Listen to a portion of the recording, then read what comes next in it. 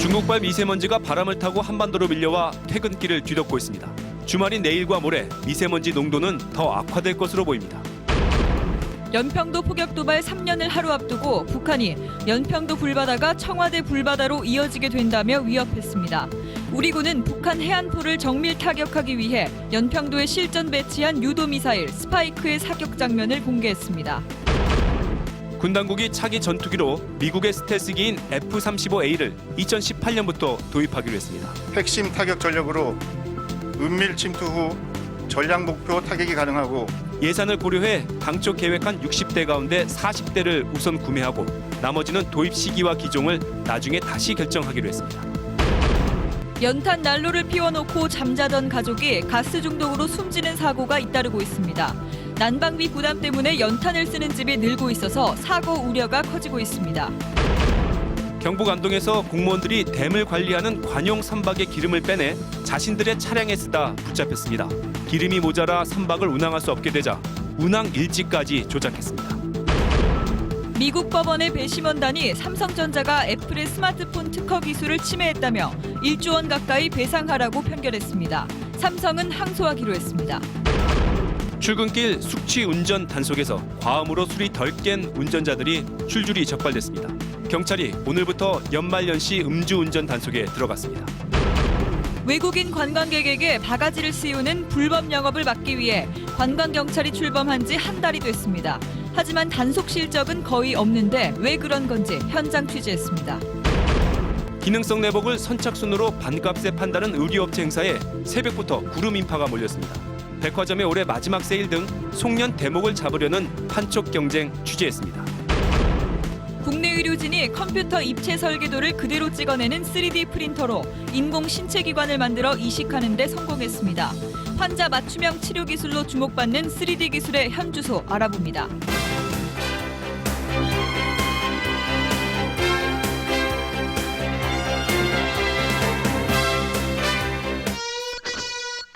지금 몇 시? 8시 0분입니다.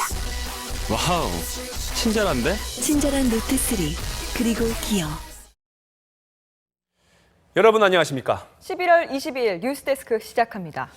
네, 중국발 미세먼지가 서해를 건너서 오늘 밤부터 우리나라에 상륙하겠습니다. 건강을 위협할 정도로 짙은 미세먼지가 내일 하루 종일 중부지방을 뒤덮을 것 같습니다. 정진욱 기자가 보도합니다. 퇴근길 서울 전체가 자욱한 스모그에 휩싸였습니다. 밤이 되면서 수도권 가시거리는 5km까지 떨어졌고 미세먼지 농도는 평소 3배 수준인 100 마이크로그램 안팎까지 치솟았습니다. 계속 기침하고 먼지가 많이 많은 것 같아요. 중국 대륙을 뒤덮은 거대한 스모그가 서해를 건너는 모습이 인공위성에 포착됐습니다. 띠를 이룬 먼지대가 황해도를 거쳐 수도권으로 곧장 이어집니다. 내일은 더 많은 스모그가 바다를 건널 것으로 보입니다. 환경부 예측 결과 오늘 자정 무렵부터 수도권과 중부지방에 퍼지기 시작해 평균 미세먼지 농도가 80에서 120, 일시적으로는 200 마이크로그램까지 치솟겠습니다. 호흡기나 심장에 영향을 줄 수 있는 수준입니다. 토요일 날 12시 정도의 농도가 상당히 높아지는 것으로 나타났습니다. 노약자와 어린이, 호흡기 환자들은 주말 외출을 삼가야 합니다. 중국발 스모그는 일요일 오후에 전국에 비가 내리면서 씻겨 없어질 전망입니다. MBC 뉴스 정준욱입니다. 중국의 이 대기 오염 물질은 우리나라뿐만 아니라 겨울 난방을 하지 않아서 상대적으로 공기가 깨끗한 중국 남부 지방의 하늘도 스모그로 뒤덮고 있습니다. 베이징에서 김대경 특파원이 보도합니다. 중국 남부 저장성과 장수성, 안후이성 등 9개 지역이 뿌연 스모그에 휩싸였습니다. 당국은 황색 경보를 내리고 학생들의 야외 활동을 중단할 것을 지시했습니다.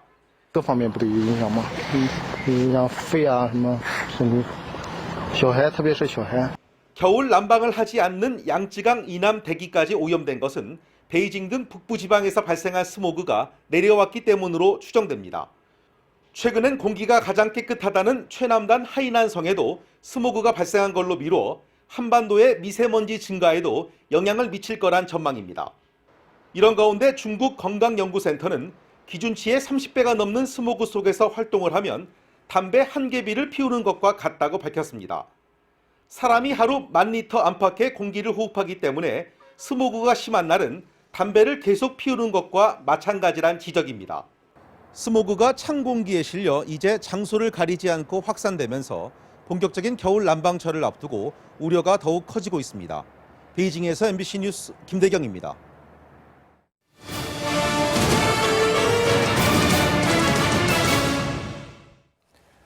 내일은 북한이 연평도를 포격한 지 정확히 3년 되는 날입니다. 우리 군이 이런 일이 재발할 경우에 북한 해안포를 타격할 수 있는 위력적인 신무기를 선보였습니다. 김세진 기자입니다. 서해 백령도 해안, 차량 위에서 스파이크 미사일이 발사됩니다. 미사일에 달린 위성 위치 확인 시스템 GPS와 카메라로 목표물을 추적해 20km 밖 바다 위에 있는 경차 크기 목표물을 정확히 타격합니다. 지난 5월에 배치된 스파이크 미사일의 첫 해상 사격 성공 모습입니다. 적 도발 시 5분 내에 쏠 수 있고 탄두의 카메라를 조정해 동굴 해안포를 타격하거나 움직이는 방사포를 무력화할 수 있습니다. 어떠한 도발에도 철저히 대응할 수 있는 능력을 보여주는 그런 차원의 훈련이고 3년 전 K9 자주포 정도만 배치됐던 서북도서에 이제는 스파이크 미사일을 비롯해 다연장 로켓과 지대공 미사일, 코브라 헬기, 그리고 1000명 이상의 병력도 추가로 배치됐습니다. 지난해 제2의 연평도 불바다를 언급했던 북한은 이번에는 청와대를 불바다로 만들겠다며 또다시 위협했습니다. 연평도 불바다가 청와대 불바다로 통일 대전의 불바다로 이어지게 된다는 것을 순간도 잊지 말아야 한다. 군 당국은 3년 전 북한의 포격 도발은 무고한 국민까지 희생시킨 반인륜적 행위였다며 추가 도발 시 우리 군은 말이 아닌 단호한 행동으로 도발 원점까지 가차없이 응징할 것이라고 경고했습니다. MBC 뉴스 김세진입니다. 한편 연평도에선 북한의 도발을 가정한 대피 훈련이 벌어졌습니다. 연평도 현지에서 홍신영 기자가 보도합니다. 지난해 새로 만들어진 언덕 위 대피소로 연평도 주민들이 서둘러 모여듭니다. 공부를 하던 학생들도 수업을 중단하고 보건소 지하에 마련된 대피소로 몸을 피합니다. 얼마 뒤 요란한 굉음과 함께 포격 소리가 연평도를 뒤흔듭니다. 연평도 포격 도발 3년을 하루 앞두고 실시된 가상 대피훈련. 453명의 주민들은 저마다 새로 만들어진 대피소 7곳으로 몸을 피했습니다. 포탄 소리만 들어도 지금도 그때가 아무래도 떠올라요. 부서졌던 집을 하나둘 복구하면서 섬마을은 조금씩 옛 모습을 되찾아가고 있지만 충격의 흔적은 곳곳에 남아 있습니다. 3년 전 피격 당시 모습을 그대로 보존해놓은 곳입니다. 뼈대만 남은 주택이 끔찍했던 순간을 말해주고 있습니다. 더 끔찍한 건 흉터처럼 남은 공포입니다. 인지도 조금 저기 하면 마음이 불안한 게 심장이 그냥 뛰어. 1시간 반 동안 이어진 훈련이 끝나고 연평도 주민들은 다시 일상으로 돌아갔지만 3년 전 도발의 상처는 아직도 아물지 않았습니다. 연평도에서 MBC 뉴스 홍신영입니다.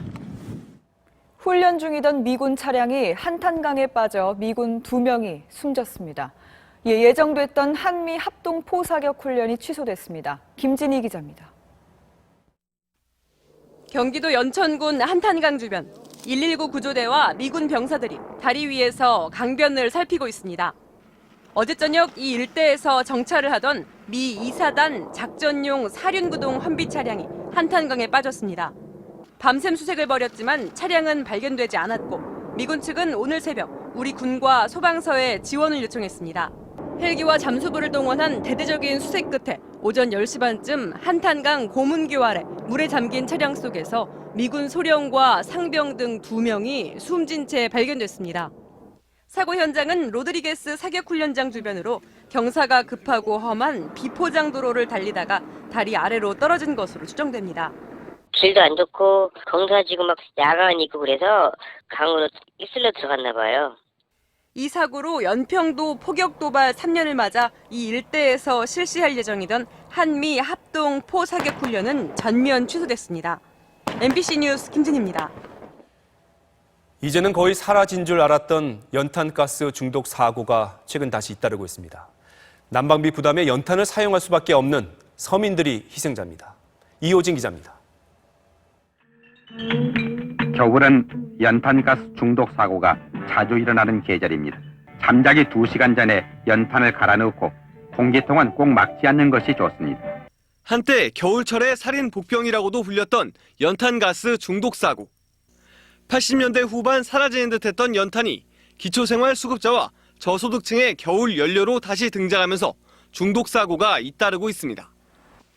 오늘 오전 6시 반쯤 충북 청주의 60살 김모 씨 집에서 일가족 4명이 연탄가스에 중독돼 1명이 숨졌습니다. 기책이 없으니까 하도 이상하다 그러니까 문 열고 들어가 보니까 연탄 피워놓고서 그냥 다. 같은 동네에서 20여일 전엔 노부부가 연탄 난로를 피우고 자다 숨졌습니다. 돈 있으면 기름 걸로 떼주겠지. 그때 노력하지 못하니까. 충북 지역에서만 연탄가스 중독으로 인한 119 출동 건수는 최근 2년 동안 100건이 넘습니다. 몇 년 동안 가격이 동결돼 현재 500원쯤 하는 연탄을 사용하는 가구는 서울이 3,900여 가구, 전국적으로는 20만 가구에 이릅니다. MBC 뉴스 이호진입니다. 관용 선박에서 몰래 기름을 빼내 자기들 차량에 넣어온 공무원들이 무더기로 적발됐습니다. 기름을 빼돌려 정상 운항이 어렵게 되자 운항 일지도 조작했습니다. 홍석준 기자입니다. 경북 안동댐의 한 선착장. 정박 중인 관용 선박에 기름을 주유하는 작업이 한창입니다. 잠시 뒤 주유소 차량이 빠져나가자 한 사람이 배에서 기름을 빼내더니 자기 차량에 주유하기 시작합니다. 기름을 몰래 빼낸 사람은 관용 선박을 담당하는 항해사 등 안동시청 소속 공무원들. 공무원들은 정해진 노선을 제멋대로 단축하거나 아예 운행하지 않는 수법으로 기름을 남겨서 빼돌렸습니다. 기름을 빼돌린 배는 운항한 것처럼 일지를 조작했고 선박을 탈 필요가 없게 되자 한 사람이 많게는 50여일 동안 출근조차 하지 않았습니다. 올해 빼돌린 기름만 1,300리터. 하지만 실제 빼돌린 양은 더 많을 걸로 추정됩니다. 좋은 일도 설명하기도 한데 나쁜 일인데 자꾸 누가 설명하겠습니까? 경북경찰청 광역수사대는 선박운항 공무원 5명을 특수절도 혐의로 또 다른 공무원 5명을 공문서 위조와 배임 혐의로 불구속 입건했습니다. MBC 뉴스 홍석준입니다. 교회에 몰래 들어가 값비싼 음향 장비만 골라 훔쳐온 10대가 붙잡혔습니다. 어린 나이에 이렇게 대담한 범행을 저지른 이유, 도박 자금 때문이었습니다. 김태현 기자입니다. 서울 구로구의 한 교회, 모자를 쓴 남성이 건물 안으로 들어가더니 엘리베이터를 탑니다. 잠시 후 이 남성은 큰 박스를 들고 복도를 걸어 나와 건물 밖으로 빠져나갑니다. 도봉구의 또 다른 교회, 가방을 맨 채 두리번거리다 방송실 문을 열고 들어갔다 나오더니 CCTV를 향해 인사를 하고 유유히 사라집니다. 화면 속의 남성은 18살 이모군. 올해 고등학교를 졸업한 이군은 지난 4월부터 14차례에 걸쳐 교회에서 앰프 등의 음향 장비 1억 2천만 원어치를 훔쳤습니다. 이군은 교회가 항상 신도들을 위해 문을 열어둔다는 점을 노리고 범행을 저질렀습니다. 고교 시절 음악 동아리 활동을 통해 대형 교회에서 고가의 음향 장비를 사용한다는 사실도 잘 알고 있었습니다. 짧은 순간에 이 장비를 빼가지고 이 많은 장비 중에 어떤 게 비싼 거다라는 걸 알고 경찰 조사 결과 이군은 고등학교 1학년 때부터 인터넷 사설 도박, 스포츠 토토에 빠져 8천만 원을 잃었고 도박 자금을 마련하기 위해 범행을 한 것으로 드러났습니다. 스포츠 토토 할 때 돈이 몇백만 원씩 도박을 했기 때문에 그 몇백만 원을 구할. 경찰은 출입이 자유로운 교회 등은 범죄의 대상이 되기 쉽다며 고가의 장비가 있는 곳은 반드시 잠금 장치를 하라고 당부했습니다. MBC 뉴스 김태윤입니다. 미국 법원이 삼성과 애플의 특허 침해 소송에서 애플 손을 들어줬습니다. 삼성은 거의 1조 원을 물어줘야 할 상황입니다. 유충환 기자입니다. 두 손가락으로 스마트폰의 화면을 크게 하는 핀치 투줌.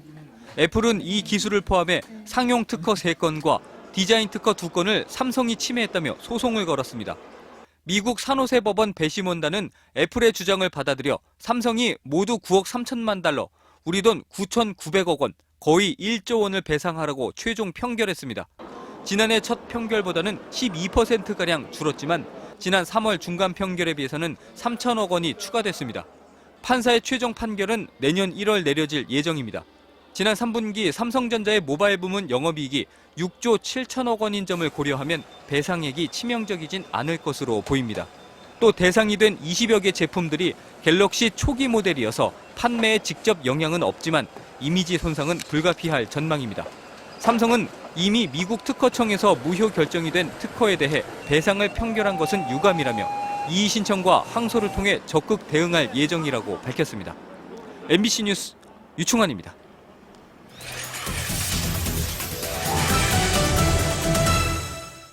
국민은행 도쿄 지점의 비자금 관련 소식입니다.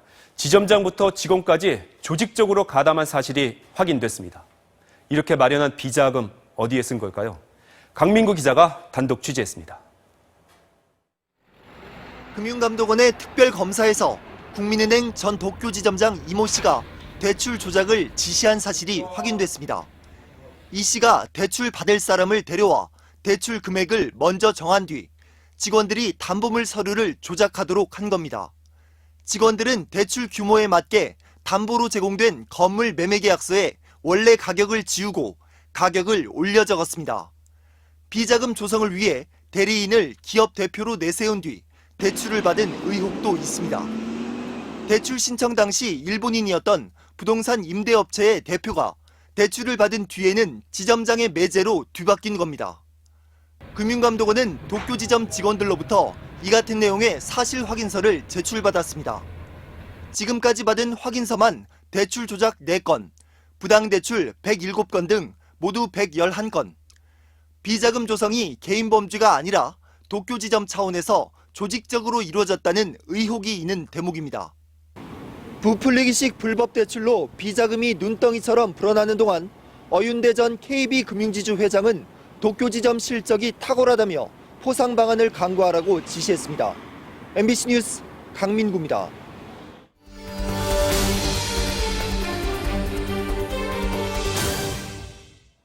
연말 다가오면서 술자리 많은데요. 밤에 술 마시고 잠 좀 잤으니까 괜찮겠지 싶어서 출근길에 운전대 잡는 분들 많으신데 이 숙취 운전 정말 위험합니다. 손병상 기자입니다. 새벽 5시 서울 강서구 주택가에서 경찰이 음주 단속에 나섰습니다. 어젯밤 소주 한 병을 마신 뒤 잠을 자고 나왔다는 운전자가 먼저 적발됩니다. 혈중 알코올 농도 0.082%, 면허 정지입니다. 네, 아침에 또 대령전하기 그렇고 아침에 깰 줄 알았는데 또. 역시 밤에 술을 마신 이 운전자는 혈중 알코올 농도가 0.1%를 넘어 면허가 취소됐습니다. 술을 얼마나 먹었어요? 그냥 버리고 보는 거지 버리고 하면 물어보지도 안 하고 짠하니까. 서울 시내 3곳에서 딱 2시간 동안 단속을 했는데 모두 8명이 면허가 정지되거나 취소됐습니다. 숙취 운전이 얼마나 위험한지 실험해봤습니다. 우선 소주 한 병과 맥주 2캔을 마시고 잠을 잤습니다. 4시간 동안 자고 난 다음에도 술 기운이 얼마나 남아있는지 직접 측정해보겠습니다. 혈중 알코올 농도 0.06%. 이 상태에서 차를 몰다 단속에 걸리면 면허 정지입니다. 이번엔 숙취가 남은 상태에서 시뮬레이션 차량을 몰아봤습니다. 술을 마신 뒤 잠을 잤는데도 차선을 계속 벗어나고 아무 문제 없이 통과했던 커브길에선 중앙선까지 침범해 사고를 내고 맙니다.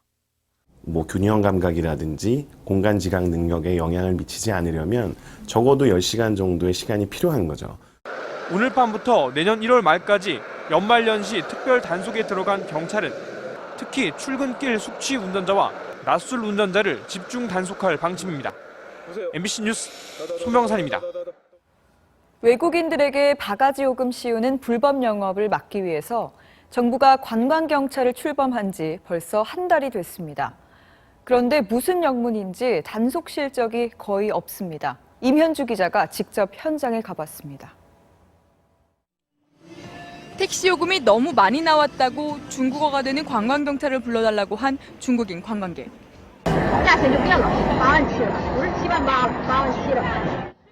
하지만 출동한 관광경찰과는 중국어로 의사소통이 안 됩니다. 관광경찰은 신원만 확인하고 기사를 보내줬지만 이 차엔 택시 운전자 자격증도 붙어있지 않았고 요금 영수증에 사업자 등록번호도 없었습니다. 발족 한 달이 지난 관광경찰. 그러나 관광경찰의 주요 순찰구역인 서울 동대문 의류상가 앞에선 여전히 불법 콜밴 영업이 기승을 부리고 있습니다. 콜밴은 1인당 20kg 이상 짐을 가진 승객만 태울 수 있는데도 짐 없는 승객을 태우는 모습을 쉽게 볼 수 있습니다. 근데 왜 미터기는 왜 달고 다니세요? 콜밴이? 예. 살 때도 있어서 그냥 달고 다니. 역시 관광경찰이 상주하는 홍대 부근의 가게에서도 환불을 둘러싼 실랑이를 목격할 수 있습니다. 退货. 페인트는 오케이. 근데 이렇게 머니, 노 머니. 환불 거부는 엄연한 불법. 그러나 이 일대 가게들은 환불은 해주지 않는다고 써붙인 채 영업하고 있습니다.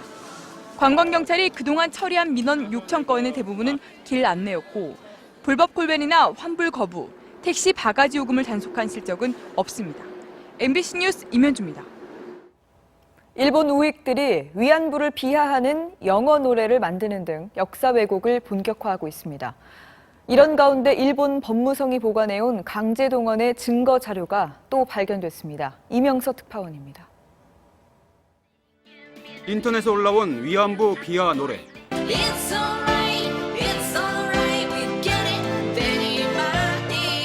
가사는 영어, 일본 극우 세력들이 즐겨 찾는 사이트에서 유통되고 있는 노래로 강제동원이 없었다는 왜곡을 서구 사회에 퍼뜨리기 위한 시도입니다. 정치권도 가세하고 있습니다. 위안부 왜곡 대표주자 하시모토 오사카 시장의 일본 유신회가 강제동원을 인정한 고노다마의 검증 보고서를 발표할 계획이고 집권 자민당도 고노다마 검증 모임을 추진하고 있습니다. 하지만 일본 법무성이 보관하고 있던 강제동원 증거 자료가 또 발견됐습니다. 일본 패전 직후 중국 정부와 네덜란드 정부의 6건의 재판 기록으로 여성들을 끌고 와 군 간부의 성적 시종이 될지 아니면 위안소에 갈지 선택하라고 강요한 내용 등이 새롭게 드러났습니다. 慰安婦の強制を裏付ける文書が日本にこれだけたくさんある。でそのことを日本政府はきちんと認めるべきだと。 일본 정부는 독도가 일본 땅이라 주장하는 동영상 홈페이지를 올해 안에 개설할 계획입니다. 명백한 증거와는 무관하게 자신들의 주장을 노골적으로 강화하고 있습니다. 도쿄에서 MBC 뉴스 이명서입니다. 중국에서 한국 상품의 인기가 계속 높아지면서 백화점과 대형 쇼핑몰들마다 한국 상품 모시기 열풍이 불고 있습니다. 현지에서 고주룡 특파원입니다. 중국 항저우시 한 쇼핑센터입니다. 식품 매장 절반을 한국 전용관으로 꾸몄습니다. 김치와 떡볶이, 소주 같은 식품에서 화장품 그릇에 이르기까지 없는 게 없습니다. 自己很喜欢韩国电视剧，看了韩剧以后，发现里面的产品对我有很大的吸引力，然后后来来到超市一看，韩国产品很多。 인근의 한 유명 백화점 1층 목 좋은 곳도 한국 의류 매장입니다. 식당과 커피 전문점, 성형외과 미용실 등을 포함해 20% 정도가 한국 상품과 업체들입니다. 백화점을 만들 때부터 회장이 직접 한국을 방문해 업체를 선정했는데 더 많은 매장을 한국 상품으로 꾸밀 계획입니다. 知名的电影院以及在韩国非常知名的室内儿童乐园都在跟我们接洽. 항저우시 등 중국 대도시의 경우 백화점 기획 단계부터 한국 상품 유치에 나서는 등 쇼핑센터마다 한국 상품 모시기 열풍이 불고 있습니다. 한국 상품은 이제 개별 상품으로서가 아니라 지역 경제를 살리는 경제 한류로 자리매김하고 있습니다. 항저우에서 MBC 뉴스 고주룡입니다. 이번 주말 김장 담그시려는 분들 많으시죠? 그런데 맛을 내기 위해서 소금과 젓갈을 많이 쓰다 보면 나트륨이 걱정입니다. 얼마 전 조사에 따르면 김치의 나트륨 함량이 햄이나 소시지보다 높은 것으로 나타났습니다. 맛 좋은 김장김치, 건강에도 도움이 된다면 일석이조일 텐데요. 신지영 기자가 덜 짠 김치 만드는 법 소개해드립니다. 가늘게 채 썬 무에 싱싱한 갓과 미나리, 여기에 특별한 재료가 하나 더 들어갑니다. 바로 다시마를 우린 물입니다. 젓갈을 20%가량 덜 넣어 짠맛은 줄이는 대신 다시마 우린 물로 감칠맛은 살리는 겁니다. 줄기 쪽에만 간을 좀 하시고 그다음에 이파리는 이렇게 접어주시게 되면 양념이 다 배이니까 조금만 발라주시면 집에서도 쉽게 저염김치를 담으실 수 있는 방법입니다. 다시마물을 넣은 김치의 염도는 1.5%, 일반 김장김치 염도의 절반 수준입니다. 우리 국민 하루 평균 섭취량 70g을 먹는다고 가정하면 나트륨 섭취량을 300mg 넘게 줄일 수 있습니다. 배추를 절일 땐 물 10리터당 소금을 800g 정도 넣는 게 좋고 절인 배추를 쓸 경우 물에 15분 이상 담갔다가 쓰면 나트륨 섭취량은 20%가량 줄어듭니다. 요즘은 김치 냉장고 잘 발달되어 있기 때문에 훨씬 그런 부분들을 감안해서 좀 더 심심하게 김장을 담그시는 게 좋겠습니다. 다만 덜 짜게 담근 김치는 상온에서 쉽게 상할 수 있어 보관에 더 신경을 써야 하며 담근 뒤 숙성 기간 없이 바로 냉장 보관하는 것이 좋습니다. MBC 뉴스 신지영입니다.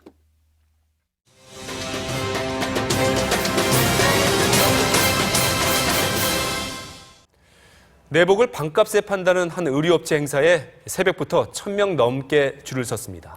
소비는 좀처럼 살아나지 않는데 할인 행사만 하면 인산인해를 이루는 게 요즘 경제 상황입니다. 양효걸 기자가 취재했습니다. 어둠이 채 가시지 않는 새벽 6시. 한 의류 매장 앞 인도가 끝이 보이지 않는 인파들로 가득 차 있습니다. 2만 원짜리 기능성 내복을 반값에 판다는 할인 행사 때문입니다. 너무 줄이 지금 많아가지고 지금 집에서 5시 20분에 나왔거든요. 깜짝 놀랐어요. 저희 지금 손난로 나와드리고 있는데 기다려주셔서 새벽 추위에 손난로와 따끈한 어묵까지 등장했습니다. 반값 혜택은 선착순 500명까지. 30대 9,900원 행사는 종료되었습니다. 지금 시각이 아침 7시가 조금 넘었는데요. 특히 내복의 경우에는 행사 시작 10분 만에 준비된 물량이 모두 팔릴 정도로 인기가 높았습니다. 되게 인기 상품인데 세일한다 그래가지고.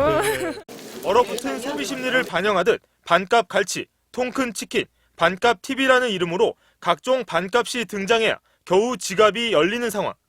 주머니가 얇아진 소비자들이 물건값에 극도로 예민해진 겁니다. 워낙 많이 다 물가가 다 오르다 보니까 반값을 한다고 해도 사실 판매자 입장에서는 남으니까 그렇게 파는 거잖아요. 쓸 돈이 없다는 소비자와 팔아야 하는 업체들 간의 밀고 당기기가 그 어느 때보다 치열합니다. MBC 뉴스 양효걸입니다. 네, 이 정도 행사는 해야 이 손님들이 몰리다 보니까 요즘 유통업체들 그야말로 안간 힘을 쓰고 있습니다. 오늘부터 백화점들이 올해 마지막 세일에 들어갔는데요. 닫힌 지갑을 열기 위한 아이디어들도 다양했습니다. 박소희 기자입니다. 백화점 남성 전용층에 있는 미용실. 머리를 손질받고 있는 사람은 여성입니다. 예민한 편이 가방을 둘러보는 동안 미용실에서 기다리고 있는 겁니다. 스타일이 있어서 간섭받는 게 싫어서 일단은 먼저 오라고 한 다음에 결제할 때만 불러요. 과거 여성이 쇼핑하는 사이 남성은 아이를 보거나 휴게실에서 시간을 때우곤 했지만 이제는 정반대의 모습입니다. 남성들이 좋아할 수 있는 특화된 이벤트로 이번 행사를 준비를 했습니다. 30에서 40대 여성 구매력이 한계에 이르자 남성 고객이라도 잡아야 한다는 절실함이 배어 있습니다. 또 다른 백화점은 20대 고객을 잡기 위해 전용 브랜드를 집중적으로 입점시켰습니다. 연말 마감 세일에서 한 해 매출이 결정나는 백화점들은 줄어든 소비에 긴장하고 있습니다. 올 상분기 국내 가계의 평균 소비 성향은 72.2%로 나타났습니다. 한 가구가 100만 원을 벌어들인다고 가정했을 때 72만 2천 원 정도를 소비했다는 건데요. 지난해보다도 14,000원 줄어든 수치입니다. 실제로 소득은 소폭 늘었지만 물가를 감안한 소비 지출은 오히려 줄어 5개 분기 연속 마이너스를 기록했습니다. 정부는 소비 심리가 개선되고 있다고 진단했지만 시장에는 여전히 냉기가 흐르고 있습니다. MBC 뉴스 박소희입니다. 우리 공군의 차기 전투기로 F-35A가 최종 결정됐습니다. 적의 레이더에 잡히지 않는 스텔스 성능이 뛰어나지만 무장 능력이 약하다는 지적도 나옵니다. 김정호 기자가 보도합니다. 차기 전투기로 선정된 F-35A는 길이 15.7m, 최대 속력 마하 1.6으로 전투 반경은 1080km입니다. 공대지와 공대공 미사일을 2발씩 장착할 수 있고 1분에 4200발을 쏠 수 있는 기관포도 탑재됩니다. 레이더에는 거의 잡히지 않아 적진 깊숙이 침투해 방공망을 무력화하는 등 전략무기 기능이 탁월하다는 평가를 받고 있습니다. 일본이 최근 F-35 42대를 도입하는 등 주변국 상황도 반영됐습니다. 고성능 스텔스 전투기는 최소한의 전력으로 은밀 침투하여 주요 표적을 효과적으로 타격이 가능한 킬체인 전력의 핵심입니다. 2018년부터 매년 10대씩 40대가 우선 배치되고 나머지 20대는 예산을 추가로 확보해 2017년쯤 도입 여부가 결정됩니다. 속력이나 무장 능력, 작전 반경이 경쟁 기종보다 떨어지며 아직 성능 검증이 완전히 끝나지 않은 것은 단점으로 지적됩니다. 군은 스텔스기를 잡는 반 스텔스 기술 개발 우려에 대해서는 시기상조라고 판단했습니다. 이와 함께 군은 F4와 F5 등 구형 전투기를 대체할 KF-X 한국형 전투기 사업도 내년부터 착수해 2020년대 초반까지 개발을 끝내겠다고 밝혔습니다. MBC 뉴스 김정호입니다. 이석기 내란 음모 사건. 핵심 제보자가 이틀째 법정에 나와서 이른바 R5의 실체에 대한 증언을 계속했습니다. 변호인단은 이 제보자 말이 신빙성이 없다면서 반박하고 있습니다. 이동경 기자입니다. 내란 음모 사건 제보자 이모 씨는 오늘 또 검은 우산 2개로 얼굴을 가린 채 변호인 측 반대 신문에 출석했습니다. 이석기 의원 측 변호인단은 지하혁명 조직 R5의 지시에 따라 민노당 후보로 총선까지 출마했다는 이 씨의 주장이 추측에 근거했다는 논리를 집중적으로 펼쳤습니다. 변호인단은 이 씨가 대학 졸업 후 자발적으로 시민단체와 민주노동당에 가입해 활동하다 2008년 국회의원 선거에 출마까지 했는데 모두 R5의 지시라는 건 설득력이 떨어진다고 캐물었습니다. 이 씨는 2004년 R5에 정식 가입한 뒤에 했던 선거 출마와 정당 활동은 R5의 지시를 받았다고 주장했습니다. 변호인단은 또 이 씨가 아내의 퇴직과 장인의 암투병, 당구장 인수비용 등으로 경제적 어려움을 겪었다는 점을 거론하며 제보의 순수성에 의문을 제기했습니다. 검찰이 핵심 증거로 제출한 비밀 모임 녹취 파일에 대해 이 씨는 자발적으로 녹음해 제보했다고 거듭 주장했지만 변호인단은 원본이 상당수 삭제된 점을 강조했습니다. 공방이 오가자 재판부는 녹취 파일을 증거로 인정할지는 국과수 감정서를 검토한 뒤 결정하겠다고 밝혔습니다. MBC 뉴스 이동경입니다.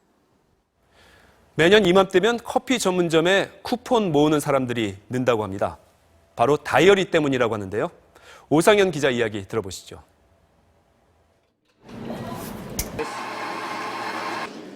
커피를 주문하는 고객마다 쿠폰을 꺼내듭니다.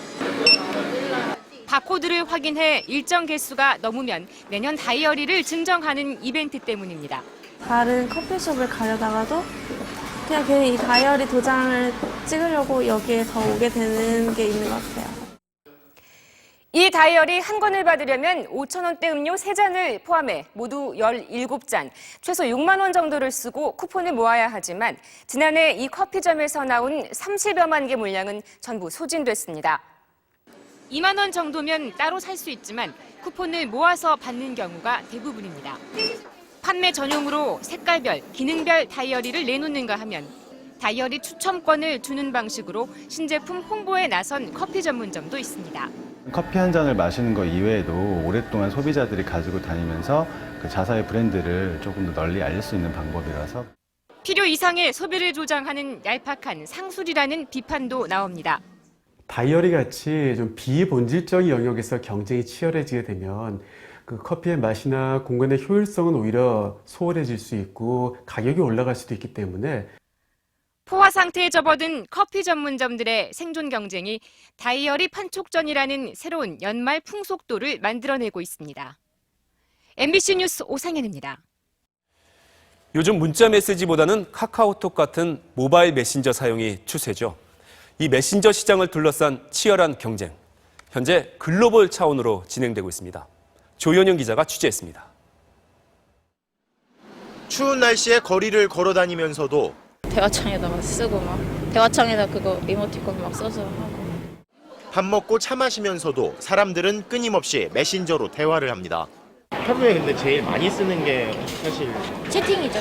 문자 사용보다는 오히려 이제 카톡 사용으로 해서. 스마트폰 사용이 일반화되면서 문자 메시지 사용은 갈수록 줄어드는 반면 모바일 메신저 사용은 급증하고 있습니다. 스마트폰에서 가장 많이 쓰는 기능도 메신저입니다.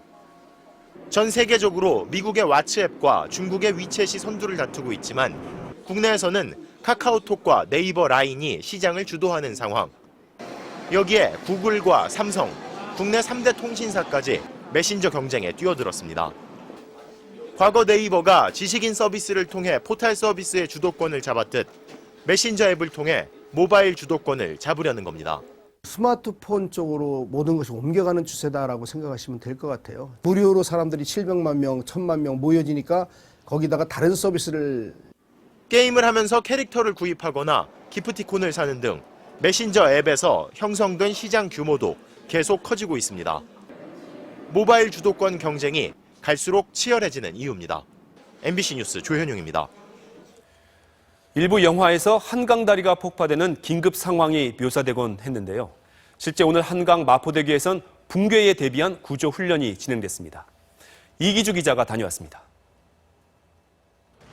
테러범이 마포대교를 폭파시킨 상황을 그린 영화 더 테러 라이브. 관객 수 500만 명을 넘길 만큼 인기를 끌었습니다. 붕괴된 마포대교 상판 위에서 시민들이 구조를 기다리는 마치 영화 같은 상황. 설상가상 차 안엔 사람이 갇히고 불까지 나면서 사람들이 물속으로 뛰어듭니다. 자칫 대형 인명피해로 이어질 뻔한 아찔한 상황.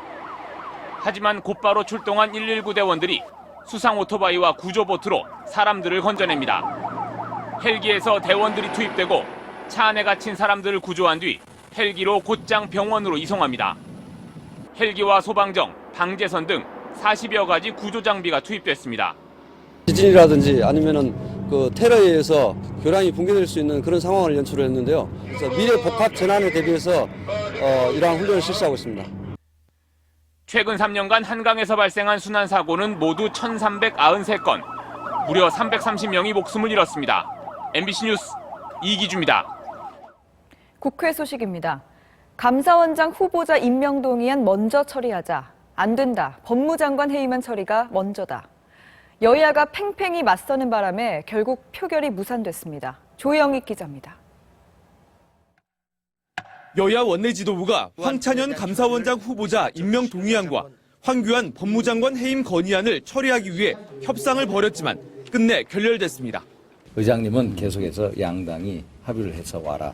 근데 우리가 합의를 못 이룬 상태고 좀 자칫 못해갖고 도저히 오늘은 뭐 더 이상 이렇게 진행할 수 없는 상황이 된 것 같습니다. 여야는 두 사안에 대한 본회의 표결 순서를 놓고 맞섰습니다. 새누리당은 감사원장 임명 동의안을, 민주당은 법무장관 해임 건의안을 먼저 표결하자고 맞섰습니다.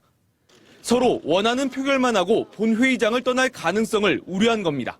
황교안 법무장관 부기로 듣기 뻔하니까 그걸 빌미로 또 다른 감사원장 동의안에 협조를 잘 안 해 주려고 하는 책임 있는 집권당답게 특검을 수용하고 황교안 법무장관 해임안을 처리해야 할 것입니다. 민주당은 자동 폐기된 법무장관 해임 건의안을 다시 내기로 하자 새누리당은 국정을 마비시키는 민생 파탄 정당이라고 비판했습니다. 강창희 국회의장이 여야 합의를 고수하면서 감사원장 임명 동의안 처리를 위한 여야 협상은 다음 주로 또다시 연기됐습니다. MBC 뉴스 조영익입니다. 요즘 3D 프린터가 화제죠. 기존의 프린터는 컴퓨터에 있는 사물을 종이 같은 평면에 출력하지만 이 3D 프린터는 저 같은 3차원 공간 속 인물의 구조를 파악해서 저와 똑같이 생긴 복제 인형을 만들 수가 있습니다. 이런 신기술을 이용해서 국내 의료진이 신체 기관을 만든 뒤 이식까지 성공했다고 합니다. 박주린 기자입니다. 몽골에서 온 6살 소년. 선천적으로 코가 없는 기형을 갖고 태어나 제대로 호흡을 할 수 없었습니다.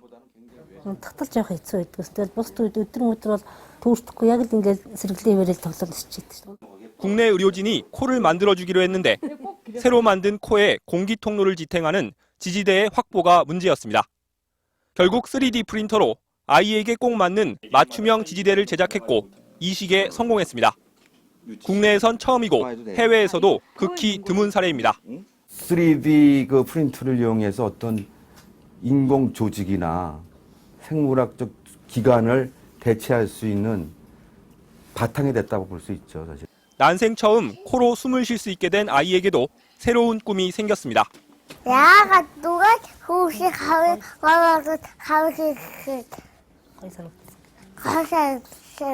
연구진은 아이 이름을 따 이 인공기관을 네르구이 스텐트로 명명하고 특허를 출원할 계획입니다. MBC 뉴스 박주린입니다. 보신 것처럼 3D 기술이 이미 의료 분야 곳곳에서 활용되기 시작했는데요. 아직 걸음마 단계지만 미래 환자 맞춤형 치료를 실현할 것으로 기대됩니다. 나윤숙 의학 전문 기자입니다. 한 의과대학 해부학 실습실. 해부용 시신 대신 테이블 모양 모니터에 3D 영상이 떠오릅니다. 손가락만 대면 앞, 뒤, 위, 아래, 원하는 방향에서 볼 수 있고 모든 단면에서 장기를 관찰할 수도 있습니다.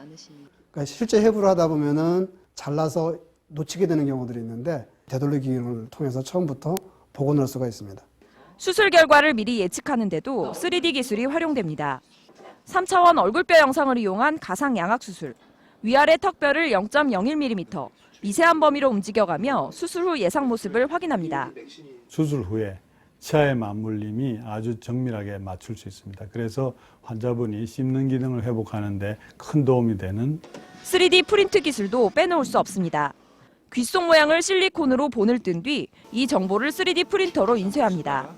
여기에 전자장치만 장착하면 귓속 모양에 꼭 맞는 맞춤형 보청기가 완성됩니다. 느낌 끼나 안 끼나 별 이상은 없어요. 3D 기술의 발전은 편리한 진단과 정확한 치료를 한 걸음 앞당기고 있습니다. MBC 뉴스 나윤숙입니다. 현재 지상파 TV 중간 광고를 전면 금지하는 나라는 거의 없습니다. 그런데 우리나라는 여전히 금지하고 있는데요. 하지만 종편과 IPTV 등 타 매체와 형평성, 프로그램의 질적 향상을 위해서 이제는 허용할 때라는 의견이 나오고 있습니다. 이지선 기자입니다. 케이블 등 국내 유료 방송과 외국 방송에는 일찌감치 도입돼 시행되고 있는 중간 광고. 2시간짜리 슈퍼스타 K의 경우 최대 24분을 광고할 수 있는데 방송 중간에도 15초 광고를 4편씩 3번 넣을 수 있습니다. 이 슈퍼스타 K를 지상파 방송에서 한다면 광고 시간은 절반인 12분으로 줄고 그것도 프로그램이 시작하기 전이나 끝나고 나서만 가능합니다. 1970년대에 만들어진 지상파 중간 광고 금지 조항 때문인데 종합 편성 방송과 IPTV가 나온 지금까지 그대로 유지되고 있습니다. 광고 시장이 지상파 중심에서 벗어난 지는 이미 오래됐습니다. 그래서 이제 더 이상 시장 지배적 위치에 있지 않기 때문에 차별적인 요소를 제거하는 거지 특혜를 주는 것은 아닙니다. 또 종교방송과 지역방송 등은 광고 매출의 대부분을 지상파 연계 판매에 의존하고 있기 때문에 중소방송의 지원을 위해서도 지상파 방송의 중간 광고 도입은 필요하다는 의견도 나왔습니다. 미국은 지상파 방송의 중간 광고를 전면 허용하고 있고 영국은 BBC1을 제외한 모든 지상파에, 일본도 NHK를 제외한 모든 지상파에 중간 광고를 허용하고 있습니다. MBC 뉴스 이지선입니다. 예전에는 못생기고 쓸모없다면서 잡자마자 물속에 던져버렸다는 물메기. 요즘은 굉장히 인기가 좋은데요. 남해안에서 제철을 맞았습니다. 신동식 기자입니다. 경남 거제시 외포항 앞바다.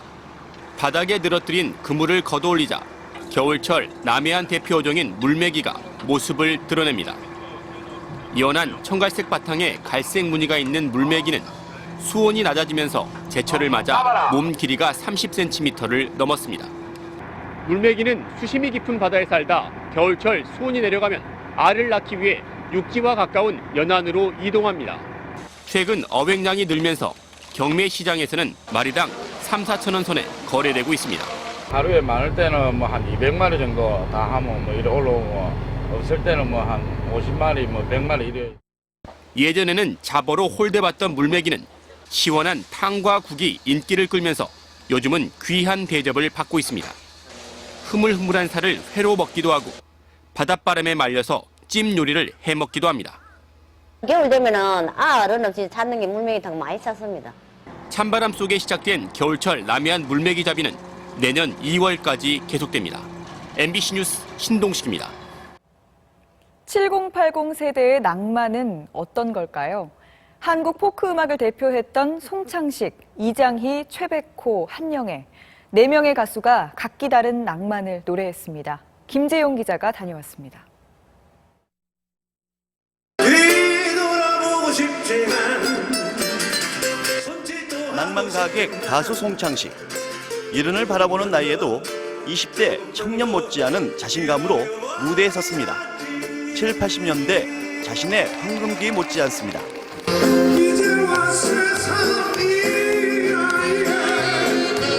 무대에 서는 걸 20대 청년처럼 좋아하는 최백호 씨도 30여 년 가수 생활 결과물인 히트곡들로 낭만을 설명해 줍니다. 옛날 것 다시 갈 수 없는 시절, 다시 올 수 없는 그런 시련의 달콤함, 시련만 달콤하게 느껴지는 그런 낭만이 아닌가. 청춘과 낭만, 낡고 늙은 것에 대한 저항을 노래한 이들 4명 가수의 무대는 관객들에게도 청년 시절 추억을 다시 불러일으켰습니다. 신랑하고 연애 시절에요. 맨날 그 콘서트라든가 그 라이브 카페에 가서 맨날 듣고 그랬거든요. 한 번쯤 좋았던 시절의 그 이야기 속으로 들어가는 것도 뭐 좋을 것 같고요. 그야말로 70년대 옛날식 다방 모습의 무대 위 4인 4색 공연은 재미와 감동 그리고 열정을 다시 한번 불러일으키는 계기가 됐습니다. MBC 뉴스 김재용입니다.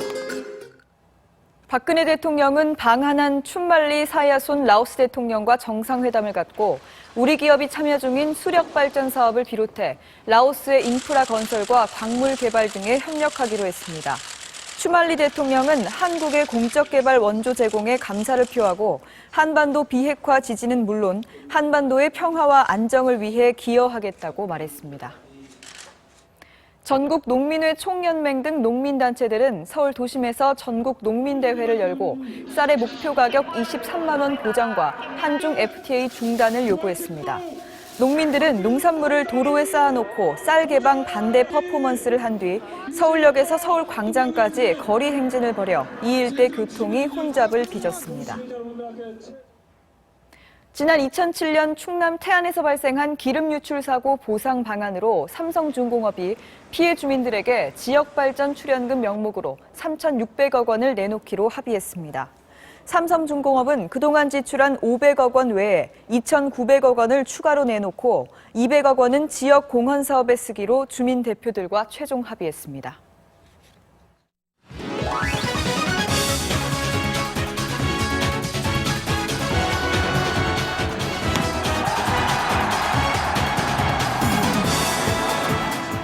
안녕하십니까. 스포츠 뉴스입니다. 프로야구 삼성의 오승환 선수가 일본 한신과 계약에 합의했습니다. 일본 진출 선수 가운데 역대 최고 대우인데요. 전은칠 기자가 전해드립니다. 한국 야구의 대표 마무리 끝판대장 오승환이 일본 한신의 수호신으로 변신합니다.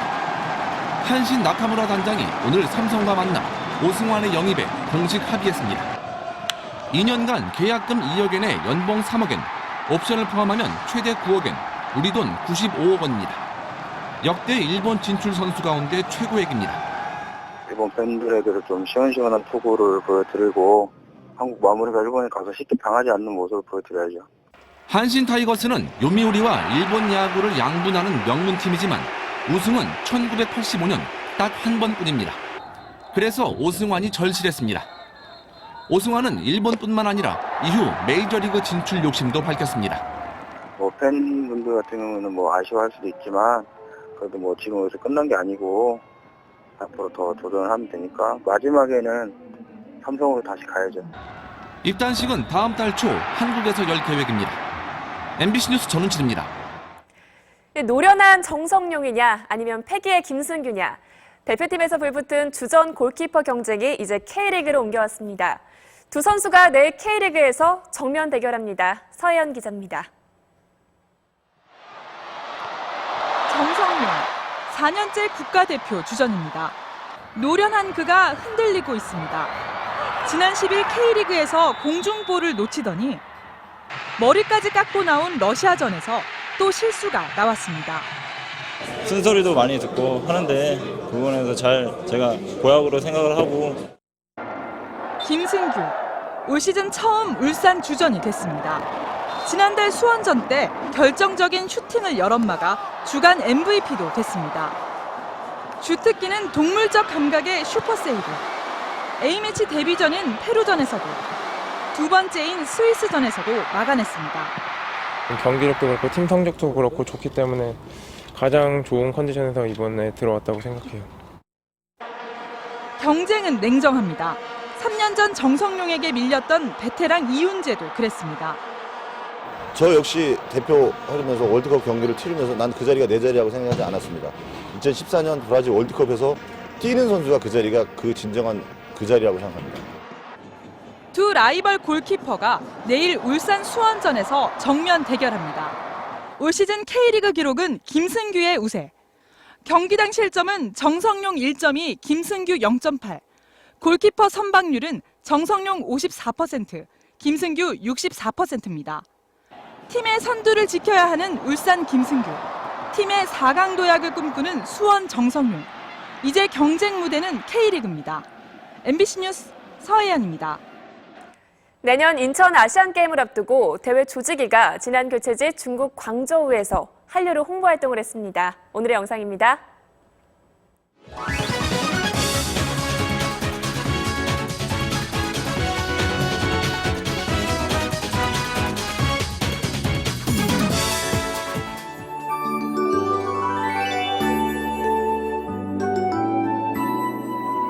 찬 공기는 물러갔지만 미세먼지가 몰려오면서 하늘이 뿌얘졌습니다. 서울 경우 오전만 해도 먼지 농도가 평소 수준에 못 미쳤는데요. 점심 무렵부터 높아지기 시작해 오후에는 100마이크로그램을 넘어섰습니다. 일요일인 모레 아침까지는 대기 오염도가 약간 나쁨 수준에 머물 것으로 예상되니까요. 호기가 약하신 분들은 참고하셔야겠습니다. 추위는 더 풀려서 내일 낮 동안 비교적 온화한 날씨를 보이겠습니다. 15도 안팎까지 기온이 오르면서 활동하기 무난하겠는데요. 일요일인 모레 저녁부터는 곳곳에 강풍을 동반한 굵은 비가 내리겠습니다.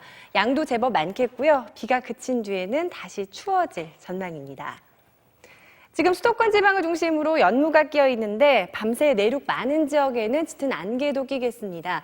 내일 우리나라는 서해상에서 다가오는 고기압 영향권에 들겠습니다. 대기가 안정되면서 낮 동안에도 연무가 남아있는 곳이 많겠습니다. 기온은 오늘보다 높아지겠는데요. 서울 2도 등 아침 기온 영상권을 대부분 회복하겠습니다. 낮 기온도 2, 3도가 높아지겠습니다. 서울 13도, 전주 13도, 창원은 14도까지 오르겠습니다. 물결은 모든 바다에서 잔잔하게 일겠습니다.